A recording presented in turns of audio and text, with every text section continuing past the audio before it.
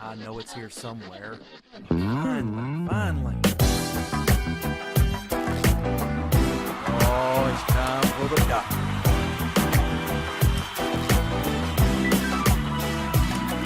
You're listening to Dr. Bill, the computer curmudgeon.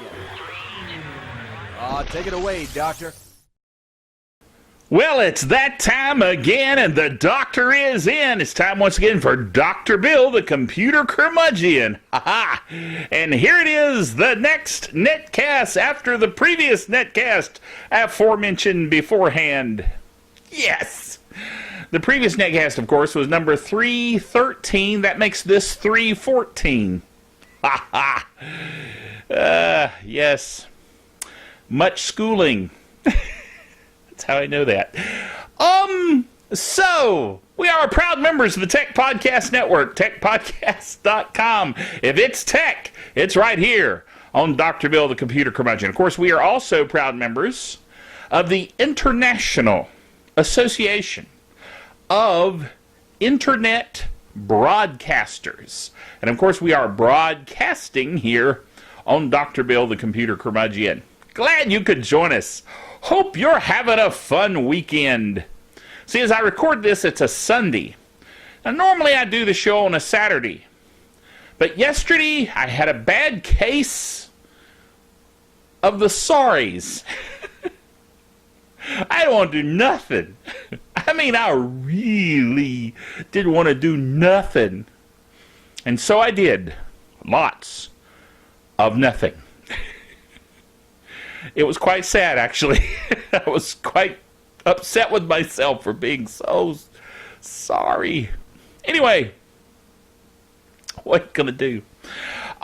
So today is another day. It is a day to be more engaged. Yes.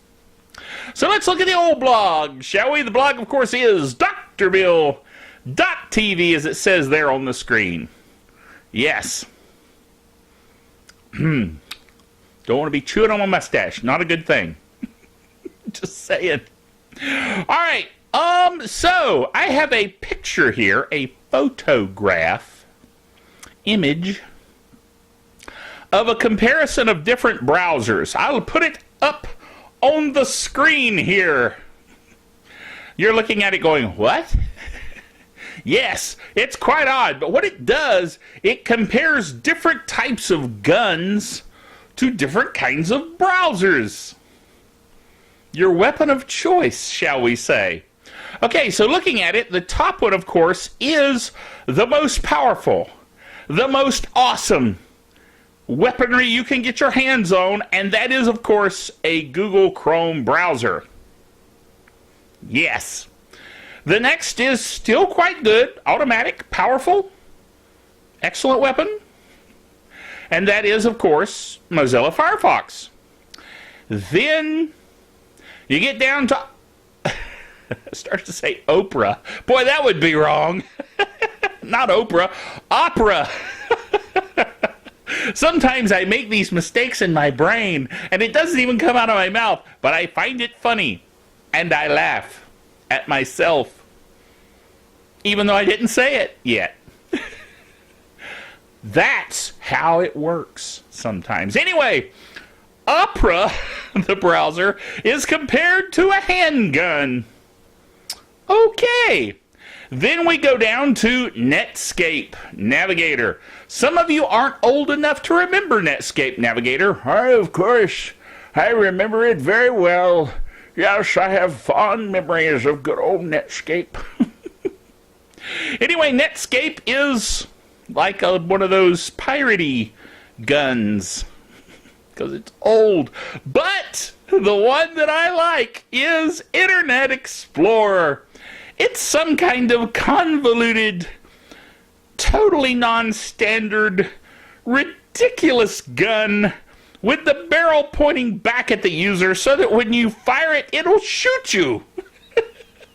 Which is the perfect representation of Internet Explorer. If you use it, it will shoot you. Gotta love that.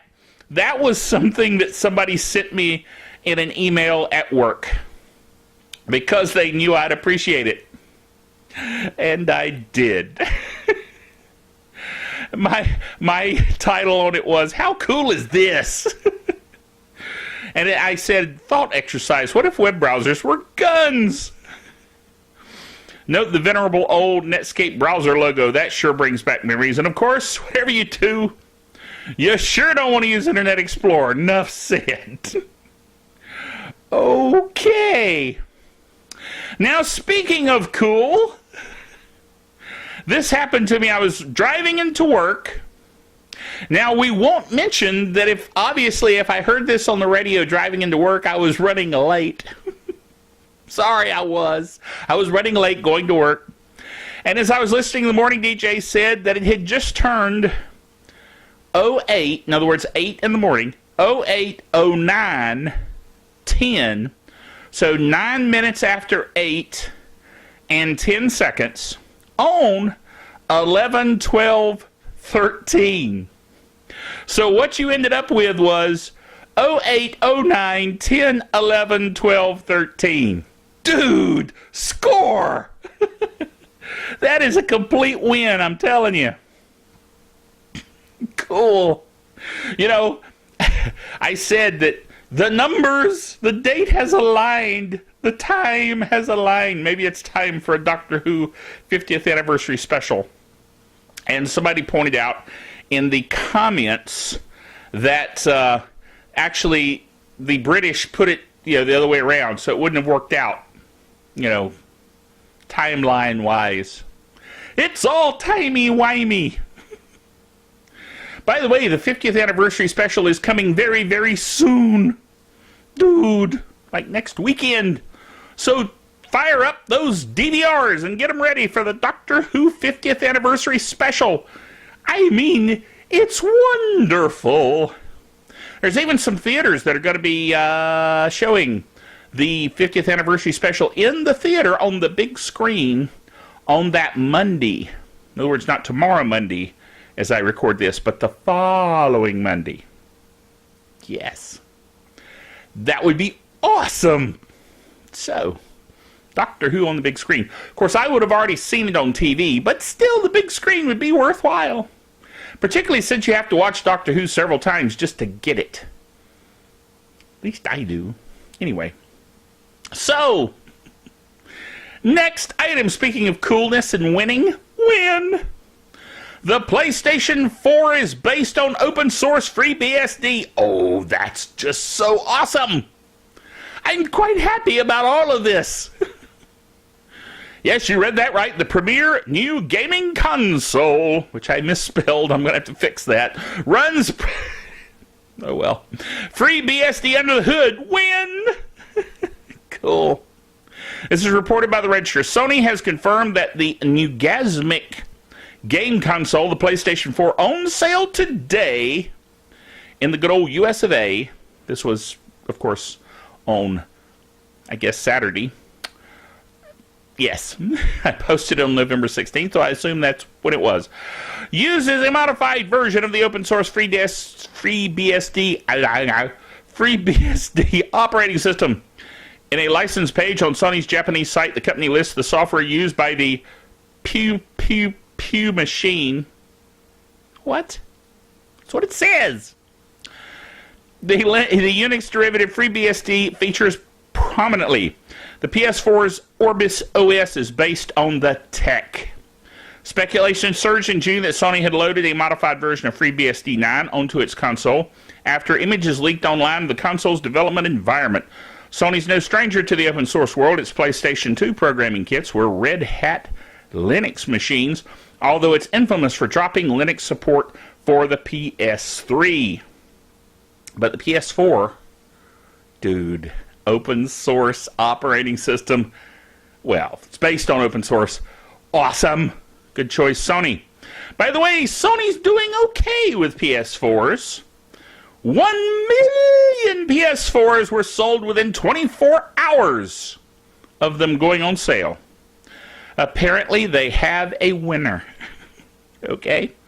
There are a lot of people that said the game console is dead. You know, if you can sell 1 million of them in 24 hours, I think there may be a market for them. You know what I'm saying? Just saying. Suhei Yoshida, president of Worldwide Studios for Sony Computer Entertainment, posted the news on Twitter Sunday, which would be today, as I video this. Videofication. I could clean the screen. Anyway.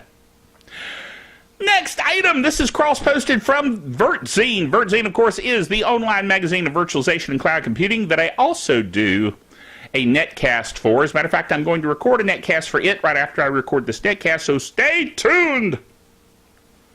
Anyway. So, this is cross-posted, originally posted there. Your young developer offers a private Google on Raspberry Pi. Now, you know that I think the Raspberry Pi is cool. Matter of fact, because of this article and because of this software that this guy wrote, I finally got around to ordering one. They had a deal, and it included the Raspberry Pi, the power plug-in source module, the little plastic case to put it in, and a few other little odds and ends for like 60-some bucks. Which is pretty cool. Now, this free software called ArkOS, A-R-K-O-S, there on the screen, that software this guy wrote because he was annoyed at Google for discontinuing the Google Reader. He'd had enough. He said, I'm going to write my own Google.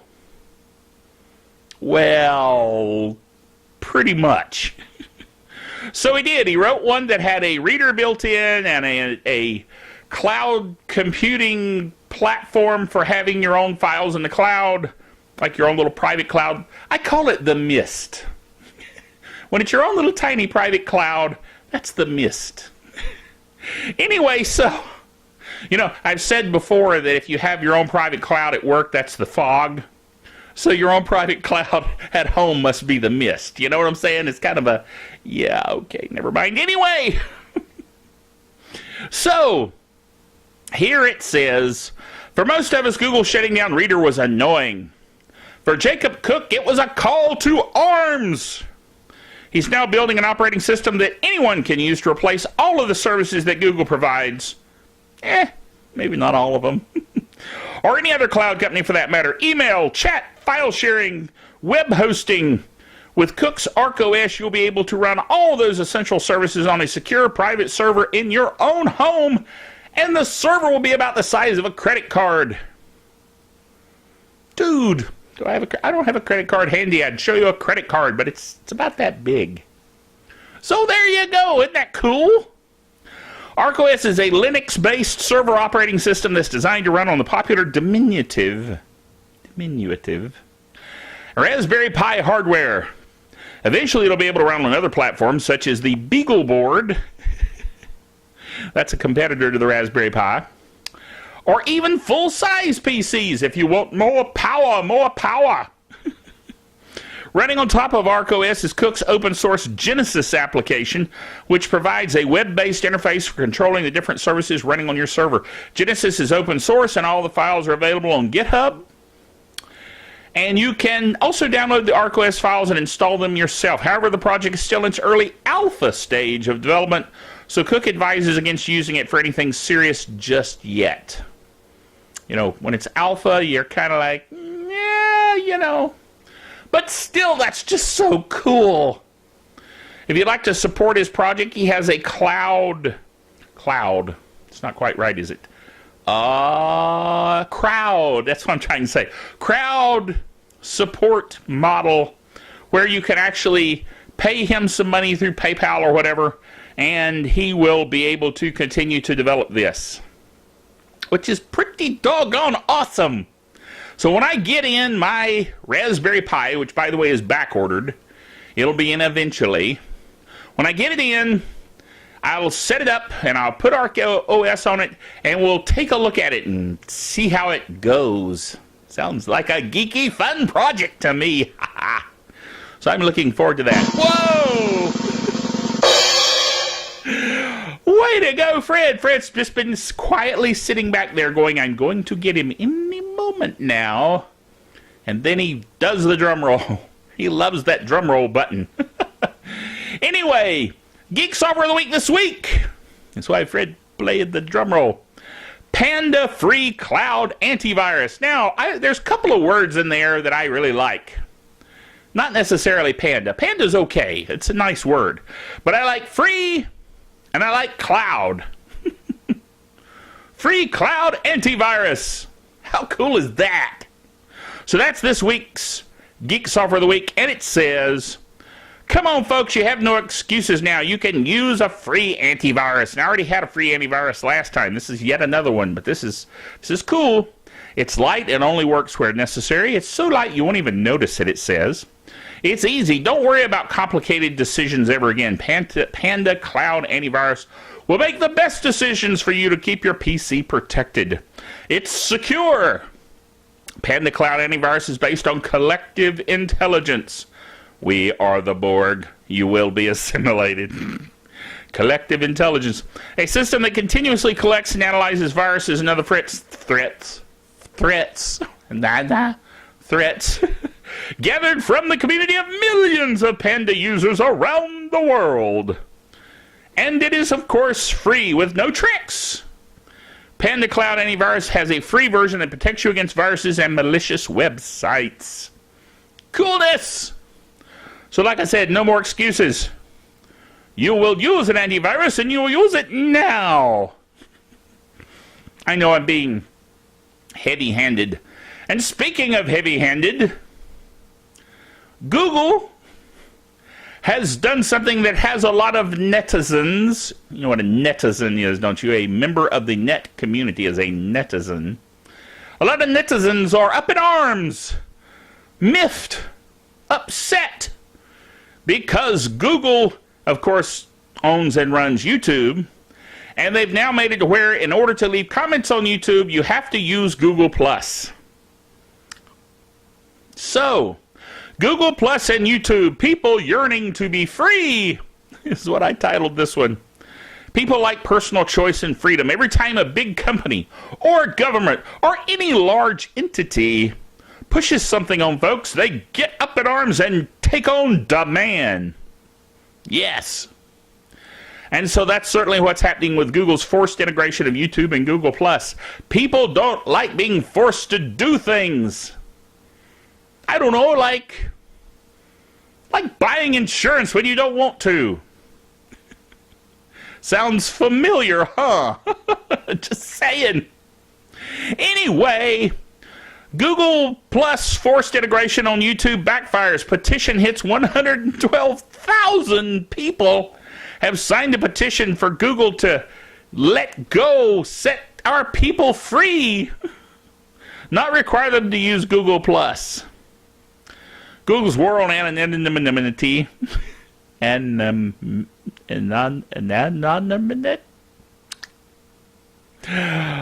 being anonymous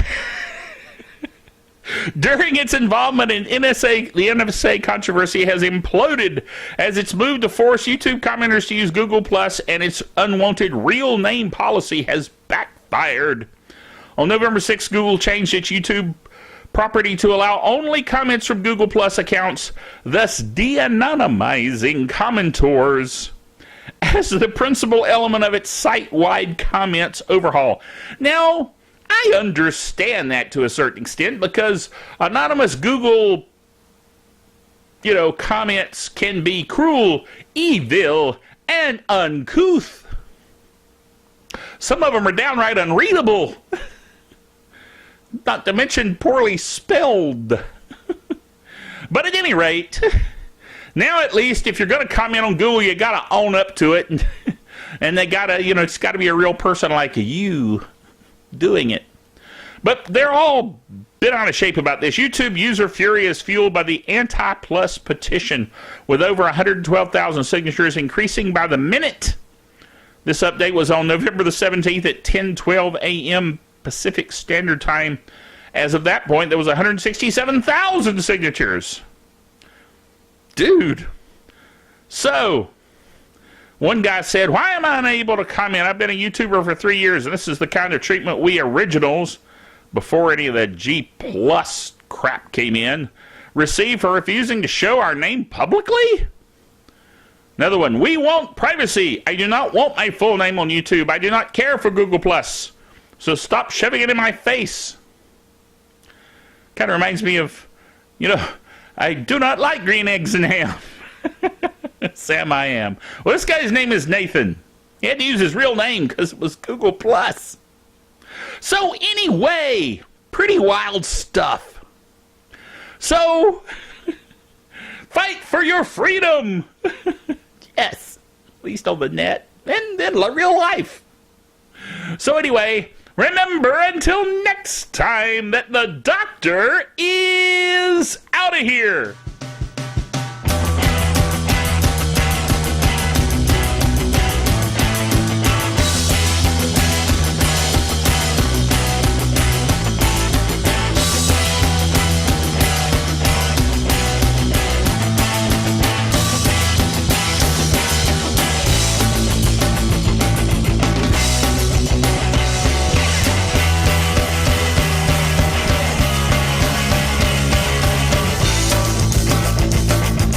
Dr. Bill, the Computer Curmudgeon, is a production of DrBillBailey.net with all the honors, rights, and privileges thereunto appertaining.